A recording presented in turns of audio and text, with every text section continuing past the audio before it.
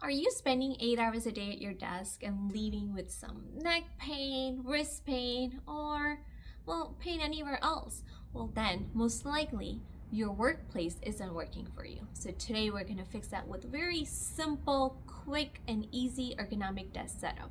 So let's dive in.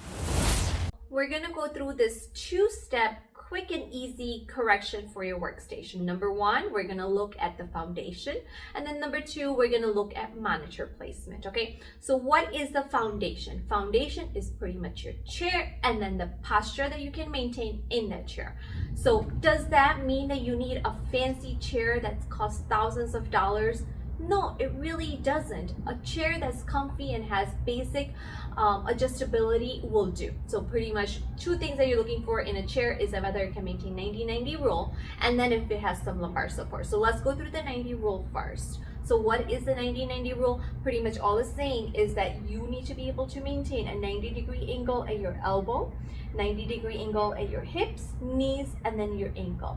So what happens if you cannot maintain this 90-degree angle? It just puts a lot of unnecessary strain on like your neck, your wrist, your low back, and even your like shoulders and your hips as well.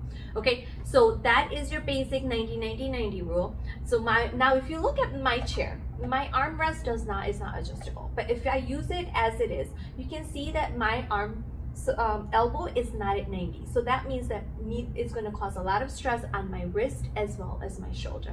So all I do for that is I just slide in all the way underneath my desk, and I use the desk itself to allow me to maintain that 90-degree angle at my elbow.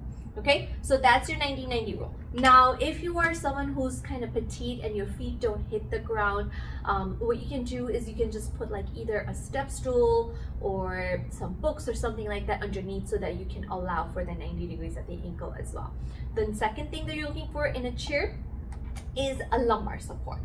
Some chairs come with the lumbar supports, others don't. Mine, you can see in the back, it does have a little bit of a cushion that I can kind of adjust so that it kind of sits at the small of my back to maintain that curvature, the natural curvature of your low back. If your chair doesn't have that, that's a very easy fix. There's tons of available options, and now I'll place some links for some Amazon links that you can kind of check out for yourself, and that you can easily use those at any chairs available. Okay, so that is pretty much your lumbar support. But now here's a golden rule: no matter how much of a chair you have or back support you have, if your pelvis tucks under, there is absolutely nothing that you can do to maintain that upright posture, because you can see, like, as soon as my pelvis tucks in, my ribs follow, my shoulders drop, my head goes forward. Now you can imagine this is going to give you some neck pain, upper tract pain, mid back pain, and even your low back pain, right?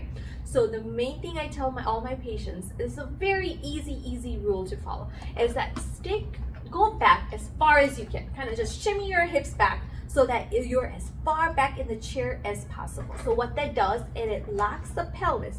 Now when you lock the pelvis, you cannot tilt back. Now even if I wanted to kind of slouch and tuck my tailbone under and go into the posterior tilt, I'm not able to, because the back of the chair is like blocking me. Now once I have that, you can kind of see that everything is kind of stacked up properly, and this is so much more easier to kind of maintain throughout the day. Okay, so number one thing, if you are someone who has a great ergonomic desk setup but often find yourself slouching, the main thing you want to do is sit back as far as you can, lock that pelvis, and make sure your feet are planted on the ground. Now that will ensure that you maintain that upright posture all throughout your 8 hours, and hence reducing a lot of your stress on your various body parts. Now let's move on to the second step of the correction, which is the monitor placement. Okay, now that most people use more of a laptop, so the monitor placement becomes a little bit tricky for a lot of my clients. So what you essentially want is you want the top 1/3 of your screen to be more at your eye level. Now most of the laptops you kind of have to look into. So what I would recommend that you get is some sort of like a stand.